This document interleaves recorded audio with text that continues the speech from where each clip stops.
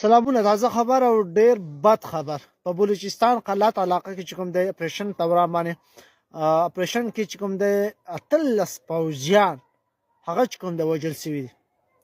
د پاکستاني رپورت مطابق پاکستاني میډیا مطابق چې پکې بلوچستان قلات علاقه کې د دهشتګردو پر خلاف یا د وسلوالې ډلې پر خلاف باندې اپریشن شوی چې پکې ته د ذرایع مطابق یا د هغوی د معلوماتو مطابق باندې چې کوم دی 18 پوځیان وژل شوي دي او 12 وسلوال هغه چې کوم دی په دغه کې وایي په جوابي کاروایي کې چې کوم دی وژل شوي دي. او بیا ورسره دا هم ویلي دي چې دا حمله چې کوم ده دا ناکام شو. یعنې تاسو سوچ وکړئ چې د وسلوالې ډلې به هدف څه چې 18 پوځیان یې هم پکې مړه کړي او بیا هم دغه حمله چې کوم ده هغه ناکام شو.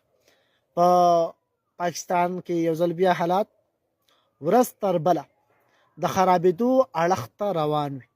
په پښتونخوا او بلوچستان کې هره ورځ په حساب سره په شمېر یعنې بې شمېره داسې پیښې مخته راځي چې پکې د دهشتګردۍ د بمي چاودنې یا د داسې حملې چې په یو چیک پوسټ باندې کړې وي هغه مخته رادرومي چې پکې ګڼ شمېر تر دې دمه پاکستاني پوځیان هم وژل شوي او ورسره چې کوم ده د وسلوالو ډلې خلک هم وژل شوي دي.